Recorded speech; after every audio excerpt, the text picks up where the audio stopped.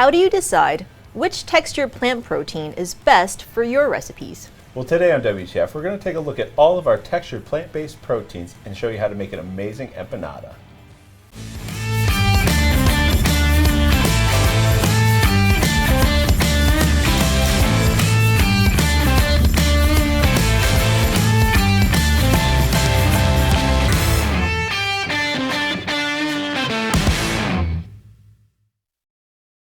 Hello and welcome to WTF, where we transform food here in the Modernist Pantry Test Kitchen. I'm Chef Scott Guerin. And I'm Janie Wang, one of the owners of Modernist Pantry. And here on WTF, every week we talk about unique ingredients and techniques and show you new recipes that you can do in your own kitchen. So remember, subscribe and ring the bell, and you'll get notified of our new content when it comes out next Tuesday. And this week we are doing a textured plant protein primer. That's a lot of P's all in one row, and I did it. Where we're going to be talking about all the different types of, I would say, meat analog proteins that we carry here. When do you use them? What's the differences? So that when you get started making some of these recipes, you can make the right choice for you. So Scott's going to talk to you about the different proteins, and of course, we're going to have a giveaway some point during this show. And I believe what are we giving away? We are giving away either a sampler pack of all three proteins we're talking about today, or 3 of one type of protein, if that's your preference. It's up to you. All right, so I think where we would like to start with is probably talking about what exactly is a textured plant protein, and what are the 3 different types that we have. So the 3 different types that we have are pea, vegetable, which is soy, and then wheat. And a textured protein is done through, especially with the textured vegetable protein, it's done through the extraction of soybean oil. So the byproduct is left with like kind of a chewy leftover protein from the soybeans that then can be used as like a meat analog, or pretty much in any plant-based dish that you're replacing like ground meat in. And similar for the wheat and the pea are similar processes, but then you can have those in a bunch of different textures and sizes and shapes, but these are the 3 that we found were the best for what we wanted to do with them. Yeah, and we've been doing plant-based recipes for a couple of years now, and for the most part we've been using the TVP, the soy one, which is right here, which I love. It tastes great. And I know that when we started looking at TVPs, we had actually seen a whole bunch of different TVPs. Do you want to talk a little bit about like the variation between them and why we settled on this one? Yeah, so it really comes down to the size. Like some of them are shredded, some of them are in little bits like that. There's also ones that are slightly puffed, and each one of those has a slightly different texture. And this one we found was really dense, and it had like a nice chew to it. So it had a little bit of resistance to the bite. So it worked really well with our plant-based burger that we were developing at the time. And then we found a bunch of other uses for it. But then it turns out people, sometimes have aversions to soy or allergies and things like that. So we wanted to look into different types, right? Yeah. And the second one that we had added to our catalog, that's the textured wheat protein, and that's this kind of like more like shredded looking one over here. Can you talk a little bit more about like what makes this one special? What do we like to do with it? So that's pretty much gluten. If you guys have ever had vital wheat gluten, or if you've ever had seitan or anything like that, it's a shredded version of it. That has a really good kind of stringy texture, and sometimes that may not sound appealing, but when you're doing plant-based proteins, especially subbing in chicken or pork, that comes in really nice. And we didn't want to obviously have the same exact texture as the textured vegetable protein, because then what's really the point of it? So we went with the shredded one, and it makes it really nice. We made a plant-based fish out of it, and we also made a plant-based chicken nugget out of it. So it works really great in different types of recipes. And if you wanted to, absolutely, you can replace the textured vegetable protein with the textured wheat protein. It's not going to be the same texture, but it'll replace it no problem. You won't have to worry about like adding more water or anything like that. You can just replace it. Yeah, these 2 big ones that we have in the front here, obviously we don't carry them. Are these the yeah, I just wanted to show off different sizes. So sometimes they come in like these bigger chunks, or like, and that one feels extremely light, right? So like these are almost like puffed. And what I find with like the different larger sizes is sometimes they get a little mealy, like. So really what you want to do is, like, if you want to go to the store and make one of these recipes, it's probably not going to be the exact same as we intend it to be, because you may get something that's a little puffed and it comes out mealy, and it really just comes down to your type of vegetable protein or textured protein. It's amazing when within the same product how much variation you can have. And I think that's one of the questions that always come up as people are doing more and more of these recipes, is that they're like, well, I mean, this is not going to be the same burger or chicken if you sub this out. Yep. All right, so we have these two. We have the soy, we have the wheat, and we are pretty happy with them. I mean, we have a ton of recipes up on our blog. If you want to check them out, the links will be in the description below. We have burgers, hot dogs, fish, chicken, stews. Tons of different ones, so many. And when we were thinking about what we wanted to offer in terms of add to our catalog for this particular line, what we wanted was something that was allergen-free, because that was a piece of feedback that we had received. You know, some people were like, I don't do soy, I don't do wheat, and we wanted something that's a little bit more universal. So we decided to add textured pea protein to our catalog, and that's this third one here. So this is, you know, brand new to Modernist Pantry. We're just making it available now. Can you talk a little bit about what you found was the difference in the pea protein compared to the other two? Sure. So this pea protein is a little bit softer than the textured vegetable protein. Doesn't have as much resistance to the bite. But we did find that it has a really good, clean flavor. Slightly vegetal, but nothing that's going to overtake the flavor of whatever it is you're making. And there are ways to make it really great just on its own, and that's kind of what we did here. But the same thing, we mixed it into our burger, and you can see all three of these burgers have three different types of protein. They look slightly different on the outside, but they all taste the same, or as close to the same as possible, considering we're using three different ingredients, but they all work the same way, right? Yeah. We can absolutely do that. So if you wanted to switch it up, you can do it by weight. There is no conversion or anything like that. But I really like this. It's extremely uniform in size, which is nice, because sometimes you get like little itty bitty, almost like dusty pieces of other ones. This is really uniform throughout, so it makes for a nice product and easy to use. But I think we should maybe get into it, and we can talk a little bit more about it as we go through our recipe here. Sounds good. I just want to make one clarifying point, which is when you said if you want to sub them out, you do them by weight. So you don't want to take like a cup of your TVP and sub out a cup of your TWP. Exactly. The TWP is much lighter than the TVP.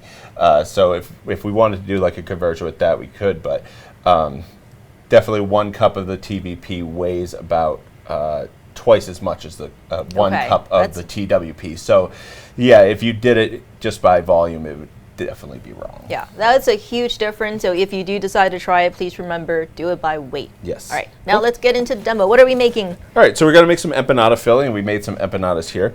So really simply, I have just some oil, garlic, onions, and peppers, just basic red bell peppers here, and I have them kind of slowly cooking. Thankfully, with the Control Freak that we have here, I can sweat these vegetables indefinitely without having to caramelize them. So I get them down really beautifully, and you may say, oh, that's kind of a lot of oil. But remember, I'm not adding any fat when I'm adding in my textured pea protein, so generally you're going to have a good amount of fat that comes with like a beef or whatever you're going to be making your empanada out of. So I definitely want to get some extra fat in here. This is just a neutral flavored oil. So then I'm going to actually mix in my dry ingredients here. So I have some chili powder, salt, black pepper, cumin, garlic powder. I can mix those in. I'm just going to mix those until they're aromatic. So we wanted to find a recipe that can work with just the textured protein on its own. Okay. Now you could use any one of these, and they'll all be great. Remember, measure them by weight. So you're going to want to hydrate them first. Yes, but we like the pea protein in this one. Yeah, absolutely. Yeah, that's a nice texture. Yep. Yeah, we definitely catered to the pea protein when making this. So. Okay. And there's one part of the method that actually you need with the pea protein. So we found the pea protein just a little bit softer, and we wanted to have a little bit more chew on it. So after I'm done, make this nice and aromatic, I'm going to add in my pea protein. Anytime you add some sort of textured protein, it does have a little bit of carbohydrate left in it, so it's going to stick to the bottom of the pan. And I found that if I wanted to cook it long enough to get it nice and kind of crispy and chewy, it was burning to the bottom of the pan. So one thing that we won't be able to show on camera today, but what you will do is then put it into the oven at around 350 degrees for 5 to 10 minutes. Stir it another 3 to 5 minutes, and then be able to pull it out. And everything that's getting nice and crispy on top will then give you more texture throughout your empanada. That's a great tip. Yeah. So I'm going to add in my textured pea protein here. Right, and this is just hydrated with some water. Okay. Right. And when you talk about hydration, and these are all the hydrated version of the proteins. Do you always have to pre-hydrate, or is it kind of on a case-by-case basis? So with this one, I do need to pre-hydrate, right? This does not have much moisture.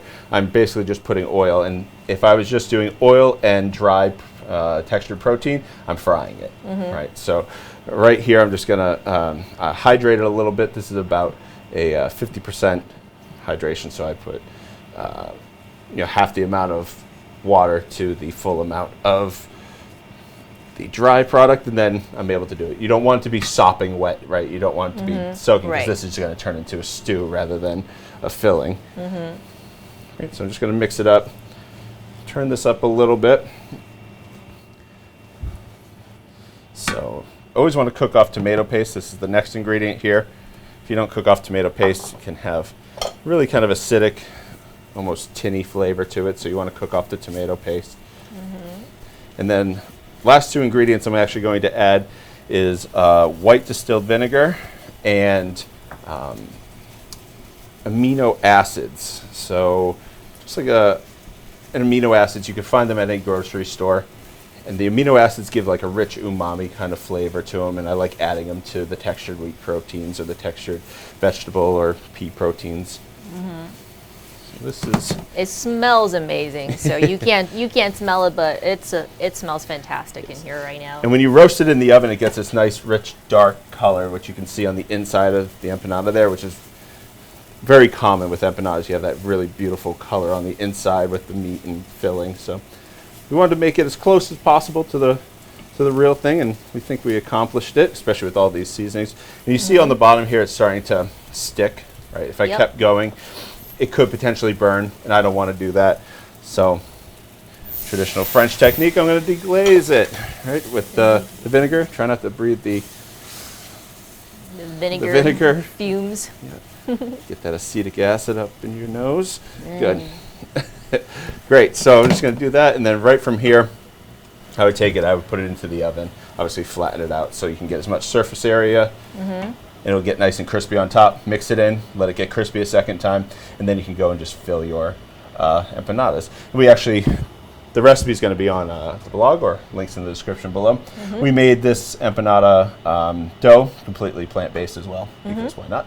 And then we took our plant-based mayonnaise recipe and we add a little bit of chipotle peppers to it. So it's a nice little dipping sauce. So there you nice go. And simple.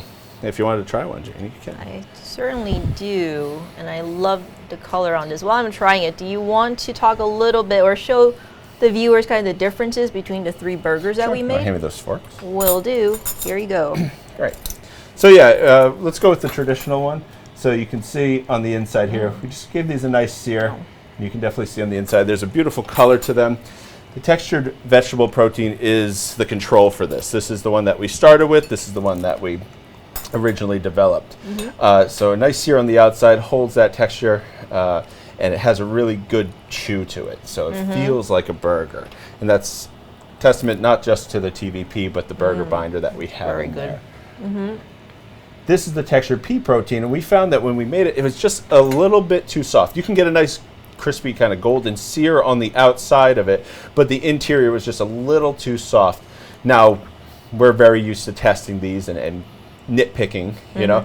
So, but if you tried it and you haven't even had the textured vegetable protein and you went straight for the TPP, you absolutely probably will enjoy this just as much as we enjoyed the original when we had it, right? And then you can go down to the end here, and this is the textured wheat protein. You could definitely see those larger shards, you know, like the stringy bits from the textured wheat protein. Now, if you wanted to make like a chopped steak or a plant-based steak burger, this may be good because it has those larger pieces, but just do know that it's not going to be the exact same as either of the other two. Yeah, and the empanada is really, really yummy. I love it. Yeah, I don't know. It's delicious. And I think what we want you to take away from this episode, hopefully, is that, you know, if you don't have any restrictions, try all three. You know, why not? They're all going to be, I think, shining the brightest in their own applications. But if you, for some reason, don't want one or the other, you can certainly swap them out. Just expect a somewhat different result. They'll still be tasty. You might need to tweak it some. Can you use it? Yes. But, you know, check out our recipes. See which ones are your favorites that you want to start off with.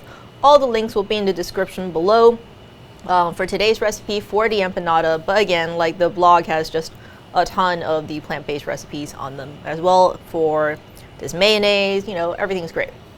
So, did we talk about what they needed to do to enter to win? I don't know if you did. I did not. Sorry, my apologies.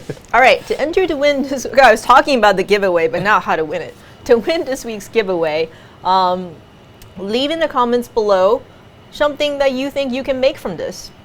Anything. Or something that you would like to see us try to make. I don't know if you watched a couple of weeks ago, so Scott made this black garlic ketchup because we did our ketchup episode and someone had their comment, they won, and Scott made the ketchup. So maybe we'll do it again this time. So leave in below if something that we haven't already made and you win the giveaway, maybe we'll make it, release the recipe. Who knows? It'll be great. So, I think that about covers it. And from here in the Modernist Pantry Test Kitchen, I'm Janie Wang. And I'm Scott Garren.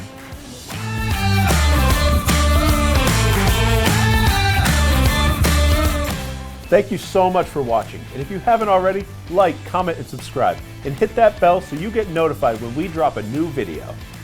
To get today's recipes and all of our recipes, remember to go to blog.modernistpantry.com where you get recipes, ask a chefs, tips and tricks, and more. And if you haven't already, tell a friend so they know what's going on here at WTF. And as always, to get any of the ingredients you saw today, you can go to modernistpantry.com to shop. And until next time, we'll be here in the test kitchen helping you create memorable and magical experiences.